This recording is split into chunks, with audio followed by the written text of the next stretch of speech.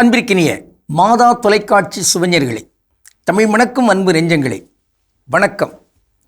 திரிகடுகத்தில் இணைந்திருக்கும் உங்கள் ஒவ்வொருவருக்கும் நன்றியின் வாழ்த்துகள். இன்று மீண்டும் திரிகடுகம் எண் 57 நாம் இருக்கின்றோம். இரண்டாம் கருத்துக்குள் நாம் நுழைகிறோம். இனிமை தராதவை 3 நல்லாதனார் பதிவு செய்கிறார். கொட்டி அளந்தமையா பாடலும், தட்டித்து பிச்சை புக்குண்பான் பிழிச்சலும், துச்சிருந்தான் ஆளும் கலங்கா முறுதலும், இம்மூன்றும் கேள்வியுள் இன்னாதன. திரிகடுகம் 57. ஆக இந்த 3மே இனிமை தராதவை. தாளமில்லா பாடல். தட்டேந்தி பிச்சை கேட்கின்ற பொழுது அம்மா தாயே பசிக்குது என்கிற அந்த கூக்குரல், அது இனிமை தராதது. அதோடு வீட்டு உரிமையாளருடைய பாத்திரங்களை கவர்ந்து விடலாமே என்கிற அந்த எண்ணம், அதுவும் இனிமை தராதது. இங்கே இனிமை தரக்கூடிய செயல்களை நாம் செய்ய வேண்டும்.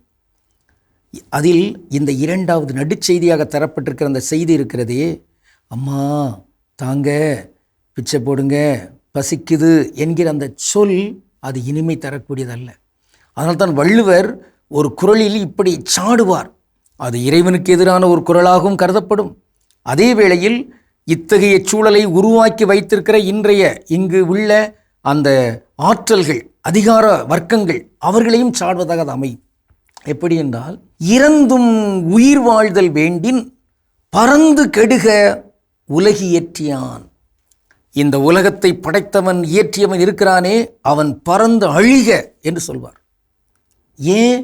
அதாவது பிச்சை எடுத்துத்தான் இங்கு வாழ வேண்டியிருக்கிறது, பசியாற்ற வேண்டியிருக்கிறது என்கிற ஒரு நிலை இருக்கும் என்றால், அதை அந்த கடவுளே தான் திட்டமிட்டு வைத்திருக்கிறார் என்றால் அவர் அழிக என்று சொல்வார். ஆனால் இங்கு இன்னொரு பொருள் இருக்கிறது. அது கடவுள் எல்லாருக்கும் எல்லாம் என்கின்ற வகையில் தான் தந்திருக்கிறார். ஆனால் சிலர் பதுக்கி வைத்துக்கொண்டு, சுரண்டி வைத்துக்கொண்டு, அவர்கள் மற்றவர்களுக்கு வழங்கா தன்மையினால் இங்கு பசி பிச்சை எடுத்தல் இருக்கிறதே, அத்தகைய இந்த உலகத்தை இயக்கி கொண்டிருக்கிற அந்த தீய ஆற்றல்கள் அழிக என்பதாகவும் அது அமையும். அதான் தனியொரு மனிதனுக்கு உணவில்லையெனில் இந்த உலகினை அழித்திடுவோம் என்பார் பாரதியார். ஒரு பாடல் வரும். அந்த பாடலை தந்தை எட்வர்ட் அவர்களிடம் கேட்டேன், இப்படி பசி தொடர்பாக ஏதாவது பாட்டு இருக்கிறதா என்று.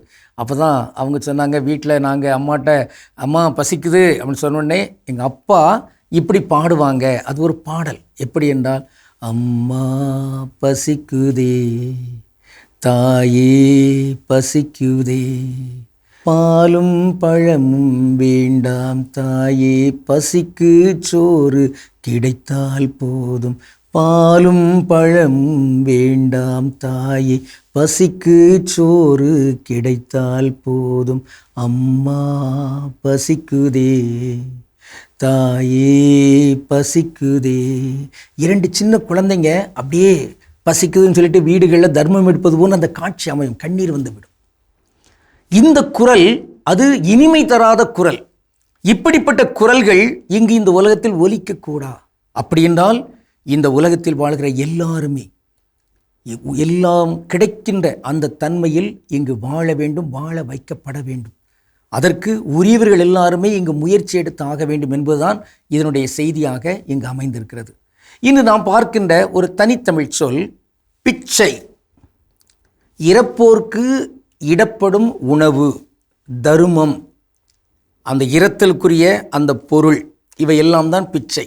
பிச்சைக்காரன் என்றால் என்ன பொருள்? தர்மக்காரர் அல்லது இரத்தல் செய்கிறவர். இறப்பு அல்ல, இரத்தல். இத்தகைய தன்மையில் இருக்கிறது. நான் சிறுவனாக தூத்துக்குடி மறைமாவட்ட இளங்கநாதபுரத்தில் இருக்கின்ற போது அந்த குரல் இன்னும் கூட ஒலித்து கொண்டிருக்கிறது.